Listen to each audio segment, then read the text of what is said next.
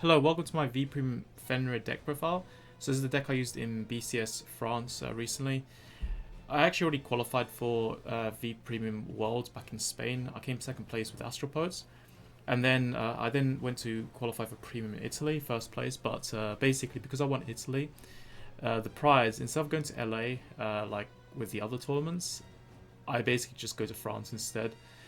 And it's actually weird because it's kind of like, oh, well done, you won Italy. Now go win France if you actually want that sponsored invite you should have gotten there.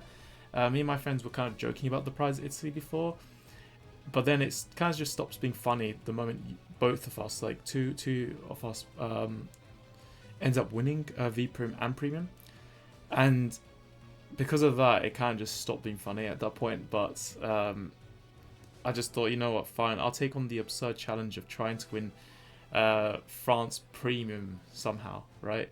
After winning Italy. But yeah, I tried. I bubbled it. I'll go into that in a separate video. But originally, I was only going to go in for 1 day. So how it works is that when you win Italy, either the V, D, or Premium format, you only get 2 nights of accommodation. You don't actually get 3, so you don't actually stay for the whole weekend. That did surprise some people. Actually, surprised like literally every person I told about this. They actually, I think, in their heads expected it to be the weekend, and even I think I made that assumption as well. But then it turns out it was only 1 day, and obviously you don't really want to travel all the way just to play 1 day of an event. It just seems a bit like, especially if you're already qualified, it just seems like too much energy. So what happened was, is me and my friend that basically qualified for V, we decided to just share a room to sort of be in the middle. I'm still waiting to get compensated. Basically, they only do the reimbursements like during specific dates, so there's still a bit of time. It's quite a window, but that'll get sorted out. And then other than that, I went and played in France. I've decided to play a different deck this time, so you may know that I always enter with Astropods. It's basically all I've ever played in the V format in tournaments, generally, since EOS Analysis came out. I'm not really sure how far back it goes, but the thing is that the thing with V Premium is that I don't really have time to test the format because I'm always too busy testing for Premium. And the format is so much of a jungle. There's like so many different decks, and I'm just trying to balance out how to deal with different matchups. And also, I do find myself then just suddenly going, okay, I want to try now this other premium deck. And obviously, you kind of just go back a bit on that because now you have to familiarize yourself a bit more with another deck. So there's just too much of a learning curve in premium, and because of that, I can't really give any time for V. But trying to juggle that with a busy life in general, it's not very easy to play multiple formats. And Astral Poets, I stuck with it as a comfort pick, but it's also just a funny deck to enter because it's in max rarity as well. And I do enjoy playing with a deck that sort of a lot of my effort went into collecting cards for. So it's definitely something that's kind of helped me to maintain some enjoyment playing in these, playing in the V format. But with that being said, I did manage to find a little bit of time, just a little bit, to test a little bit of V Premium. Obviously, it wasn't enough testing. There never is enough. So I sort of went off a bit of theory for this. I'm guessing this is probably the same with a lot of people though. So I didn't really do any real Steam Maiden testing, hardly any. So it was very last minute when I tried this on Steam Maidens. And it seemed fine in the limited games I had. So I went and entered with this anyway. The whole point of this deck is literally just to troll Steam Maiden players. That's literally it. And it's a good excuse for me to bring out the beast. So here he is, Mythic Beast Fenrir. And with that, I played 4 copies. So you have to run this because if you don't ride this card, then you basically lose. Because this is the reason why you can beat Steam Maidens. So the idea is that with Fenrir, he can search any card in your deck, but it's only once per turn, so just bear that in mind.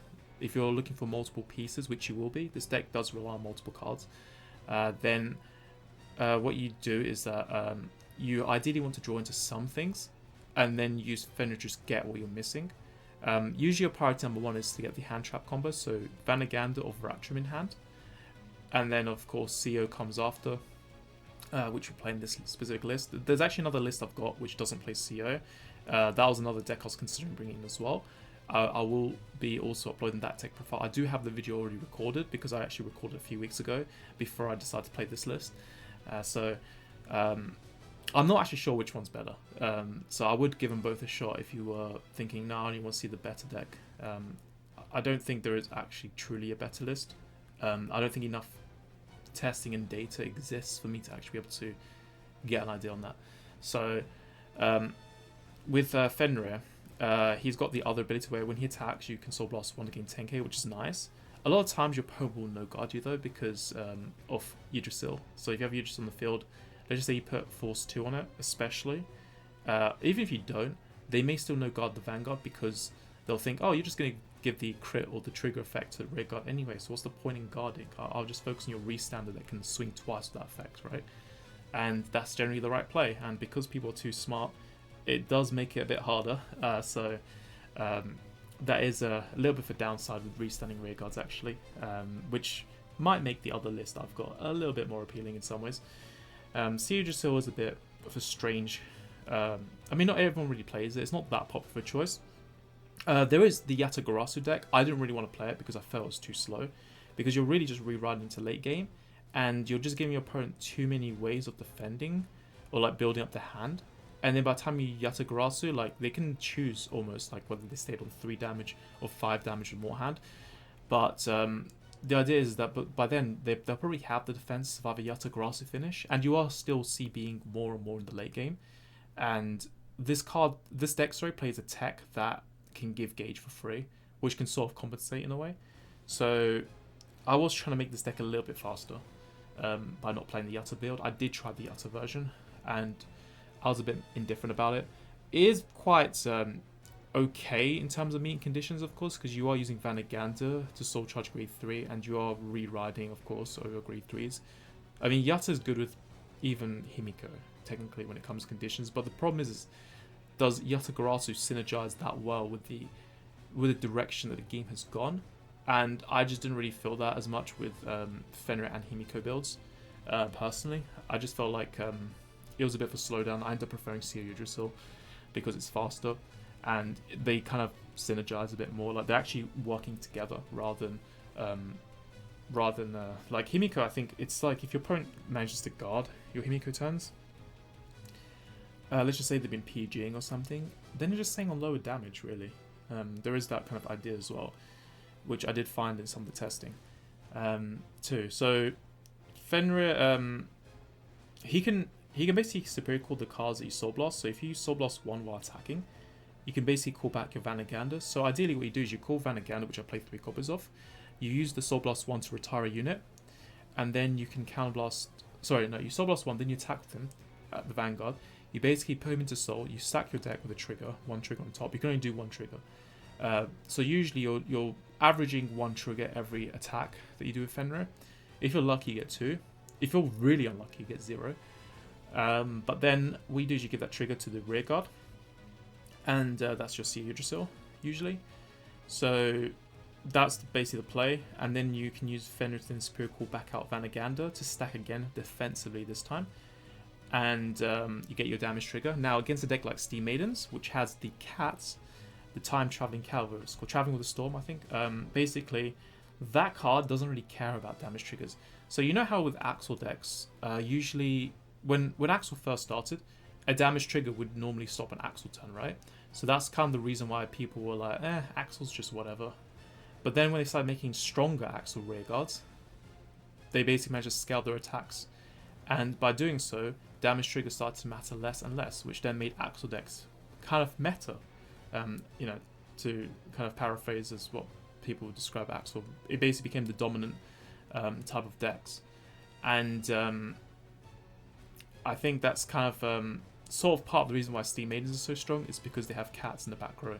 I don't think it's really that much of the piano. The piano is definitely good, but I think being able to attack multiple times and then able to decide when your attacks are stronger by boosting with the cats later, who gain power for every card in Bind Zone, that is, I think, the real power of Steam Maidens, and why they're very difficult to guard against. So, that's obviously a problem, but with Vanguard, you can technically, through the long game, basically grind away at their cats, and obviously Entrana can keep searching them, which is why Entrana is also quite, technically also scary, because Entrana is basically more copies of the cat. So, that is kind of something to look out for. But really what you're doing is you're retiring units from your opponent's field. You call Vanguard again, retire another unit, then during your opponent's turn use Viratrum, which we'll get to later, to then superior call Vanguard in the process while calling over with your opponent's stand units, and then Vanguard then kills another unit. So you're basically able to mess up with 4 units over the course of just one of your turns and one of your opponent's turns, which is quite nice. And that disruption is what makes it possible to actually play the long game against something with such high quality support like Steam Maiden. So very good for that. And speaking of high quality support, this deck actually plays a lot of good independent units, which is very different for Genesis, because Genesis is kind of very known. Its characteristic is basically all about the deck being carried by one card, usually the boss card, right? So usually you're playing a Soul Charge engine, and so you have to make card choices that are painful, just for the sake of making it so that your boss card can actually work. Fenrir doesn't work like that. It never did back in G era either. And by that, I'm not talking about the Great Witch, Orange Witch combo deck. I'm talking more about the Revelation G-Set 8 deck, and also the G-Set 4, the normal G-Set 4 list, so Jormungand, Hati, that stuff. Those cards were generally just decent cards on their own, and they would just beat down the opponent, and Fenrir does the soul charging on autopilot, basically. So you never really pay that much attention to meeting your Soul Blast cost for something like the Vanguard Stride back in the day. And it's sort of the same with this deck. This deck doesn't really focus too much on Soul Charge resource. However, that being said, do be careful, because there are games where you actually do have to start paying attention, because we do play Viratrum, and Viratrum's a Soul Blast 3, and that is when the deck starts to be like, okay, I might have been just one card short on Soul to actually do the Viratrum plus Vanguard combo, and that can happen. There are a few odd games that this does happen in. So we do still play cards like Apple Witch or Orange Witch, which can sort of slightly help. Vanguard actually Soul Charge himself as well. Sometimes you might have to decide not to use Vanguard's Soul Blast skill, just so you can save his soul for like the opponent's turn battle phase instead. But he is technically a Soul Charge too, because he moves himself to soul, and then he puts one card from the top 3 into your soul as well. So that's also helpful. And next we go on to CEO Yggdrasil. We play 3 copies. I don't want to play too many grade 3s. You do want to draw this as much as you can. Now, there's actually a game where I lost the final round of Swiss, because I got high rolled against. Basically, all the games I lost were high roll games. So I think it was 3-3 my score, if I remember correctly. I basically lost 3 games in that tournament, and they were all, I'm not sure if it's 4-3 or 3-3. I can't remember if it was 6 or 7 rounds. But basically, 3 games I lost, which were the ones I got high rolled in, and it made a difference being high rolled, because it meant I had to lose something very important. Like, for example, I've Ratrumed against Luard while on grade 2, which then hurt my resource for playing the longer game while Luard was scaling force markers, which is already another reason why no one likes going second against Luard anyway. And then there was a game where I was forced to discard stuff. I was even forced to discard CEOs, and then I ran out of CEOs as a result. I never saw Orange Witch in my soul. So that was also another problem I had with one of my games. So there are issues that come with it, with going second. It's definitely not good at going second compared to going first. Unlike Astral Poet, where I think it's not really that bad to go first or second, because that deck has pros and cons for going first and second. Whereas this deck, I don't really find a reason for actually wanting to go second, and that's kind of the difference with it.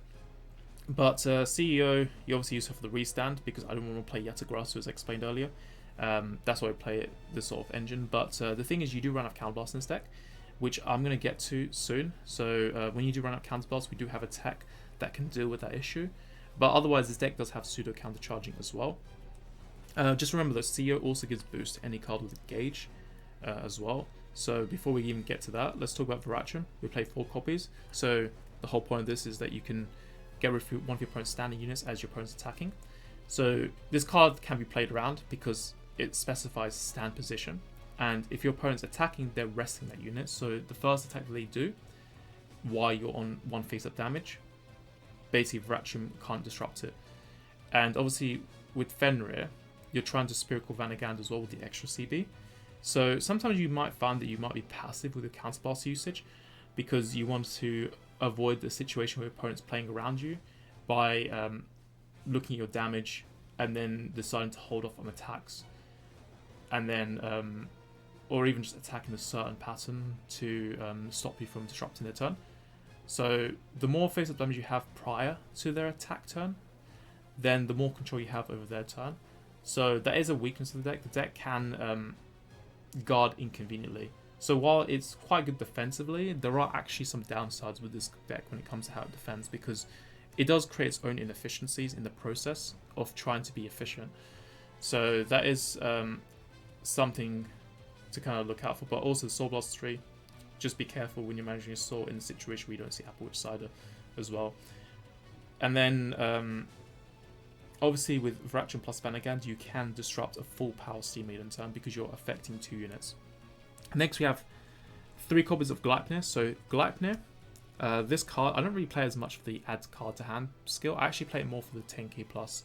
So originally I was going to play more copies of this card, but Gleipnir, I thought, you know what, if my opponent goes to 5, or say they go to 4, because they generally like to no guard my Vanguard anyway, I can give the crit to like the Spiritual Gleipnir that I've already seen with Vanguard, and then I can pass that crit to Gleipnir, force 2 Yggdrasil, and they have 3 more attacks that are lethal going at the opponent. That is a line of play you can potentially get into, and that's a reason to play Gleipnir. Obviously CB1 is just very costly in general.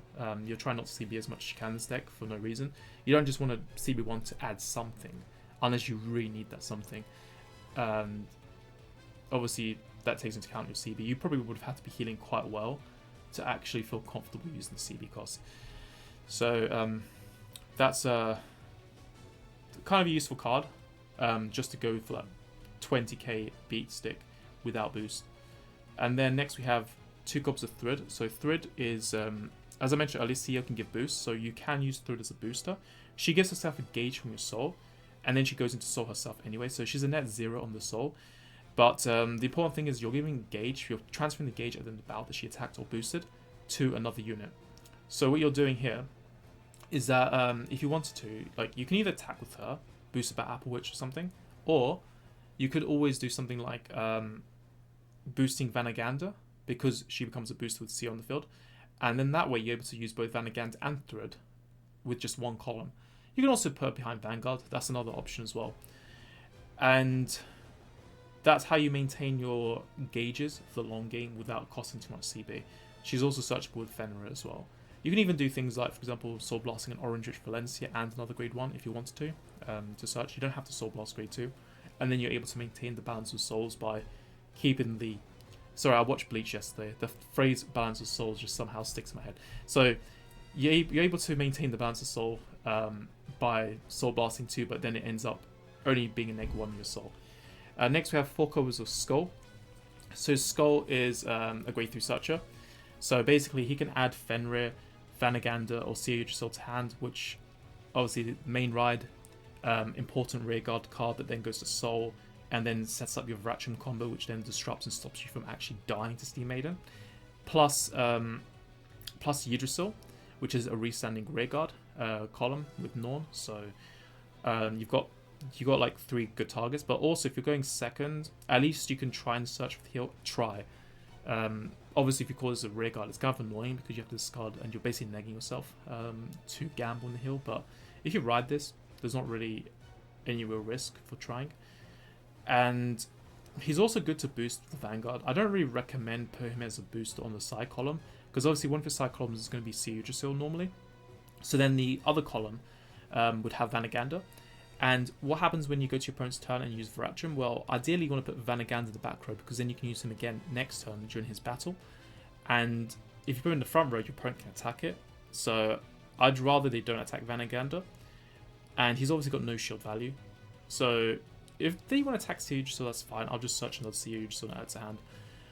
But Vanagander, I can't really just go around searching both Seer and Vanagander. That'll be too much strain on Fenrir. So I prefer to put Vanagander back row, and we do have cards that can move to soul or bounce to hand. Obviously, I mentioned Thud earlier. You can give her boost with Seer's ability, but also Appwitch Cider. Appwitch Cider can bounce itself in the battle.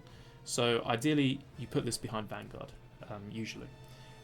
And then the next we have 4 copies of Appwitch Cider. So usually you soul charge 2 in the early game and keep on the field, but then when you get to grade 3, at that point, you would prefer to use soul charge 1 and bounce it to hand. Not so much just because of defensive reasons, but because it's more efficient.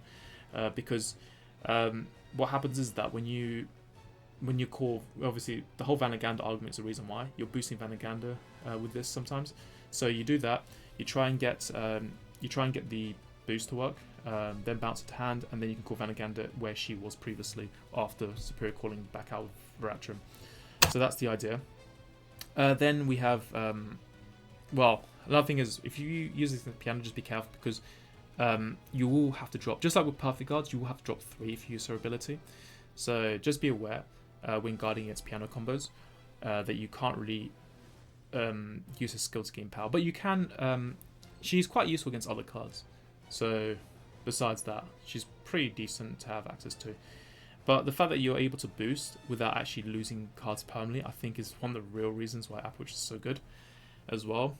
I mean, just think of Estrella Full Heavens, but obviously the Mulligan 1-Pi is really good in Estrella. Think of that, but instead of Soul Blast to bounce the hand, you actually Soul Charge to bounce the hand, which is just wow. 4 copies of Orange Witch Valencia. So Orange Witch Valencia, she is handy. Obviously you can boost something, put the column into Soul, which you're not going to do as often in this list, because we've got quite a lot of cards that kind of do their own thing that removes them from the field. But Orange Witch Valencia, she's good in the Soul because of the fact that you can recycle triggers back into deck. So pseudo countercharging, you can put something like heal triggers back to bottom of your deck, and that way you're able to then, if you shuffle after that, then you're able to randomize your heals, and then you have a better chance of healing, hopefully, because obviously you had a 0% chance of healing with that heal if it was guaranteed at bottom of your deck. You can also put crits back in, so you can have more crits luck, obviously. Vanagander obviously makes it more controllable. Draw PGs can go back, but otherwise you can put Norn back into the bottom of your deck, so that if you need to search Seer Yggdrasil, you can then find that Norn as well, because you can run out. So this kind of helps to justify playing 2 Norns as well, especially in a deck that does some soul charging, because obviously with soul charging, there's always that risk that you soul charge key pieces that you need to search for, and the Orange Witch really helps with that. So that's a reason to play the card. And another thing to also bear in mind is that with shuffling is such a big deal. So Orange Witch Valencia, because it only puts stuff on the bottom without shuffling, it does affect some lines of plays. You do have to think about what skills you're using of these different grade 3s and grade 3 searchers. So what you've got is you've got Skull, Mythic Beast Skull, who's a grade 3 searcher, checked out 5, it's mandatory, and then you shuffle your deck. So that's one way you can shuffle the deck. The thing is, sometimes you want to use Skull before Fenrir, who also shuffles the deck, because Skull can find grade 3s first before you then determine what you want to search with Fenrir, which is usually more convenient, because having that out of the way, for example, you see Vanagander, it then makes it easy for you to decide, okay, I'll search for Veratrum, or okay, I've got a bit of the luxury now to search for Thud to give a free gauge to a Norn, or I could add CEO now to my hand instead, or something like that. So usually it's more convenient to use Skull before Fenrir, but the thing is, Fenrir is a Soul Blast main phase skill, unlike Skull. And obviously that enables Orange Witch Valencia if you have her in Soul. So that means you can then use her skill to then put a card back into deck. But then if you're doing that after, that card's just going to stay at the bottom of your deck, because you're doing the shuffle search, adding the card to hand, and then use Orange after, and then you stack to the bottom of your deck. And obviously that's inconvenient. But we have other ways of getting around that as well. So even if you have to use Skull, well, ideally you want to use Skull for Fenrir, so it's a bit of a contradiction because of that. But we have Seer Yggdrasil, who can shuffle the deck as well. You don't actually have to call the Norn. It's not like Percival where you have to get Aglavel to get the Axel marker. Yggdrasil doesn't need to actually succeed in finding Norn. But then you've also got another skill, which is Vanagander. When you place him, it's a main phase, obviously, if you're using it on the main phase from your hand as a call. So if you do it that way, you can Soul Blast Orange Witch Valencia, and then that way you're able to stack the trigger or Norn to one of your deck. Well, trigger's the main reason we're doing it, because Norn Doesn't matter if it's a bomb deck or not because you're going to call it out anyway. But with triggers, you put them above your deck, and then what you do is you can then use Fenrir, Skull, Yggdrasil, any of those cards to then shuffle after, and now you've randomized your trigger. So you've got 2 cards in the main phase that can actually Soul Blast. Obviously, Vanguard becomes harder to, well, less likely as the game goes on to be called during main phase, because usually what happens is you find your Vanguard, hopefully by turn 3. That's usually the play. You get on turn 3, and then after that you're now playing with that same Vanguard usually. Sometimes you might join to your other copy and then call it, but you're most likely going to use it on turn 3 of the game, because when you're calling him back out as well with Ratcham, you then call him back out onto the back row, but you use his skill during your opponent's turn, not during your own main phase. And then after, you're just going to attack with Vanagander, maybe Superior Call him again, but then you're Superior Calling during battle phase. So at that point, he's only really going to be coming out during the battle phase more consistently rather than during your main phase after turn 3. So this is more likely to happen on your turn 3 play than in later turns of the game. It can happen still because you do play 2 other copies. It just depends where they are at that time. So you just have to happen to draw into them. So that can happen in some games, it can fail in other games. And then next we go to the draw perfect cards.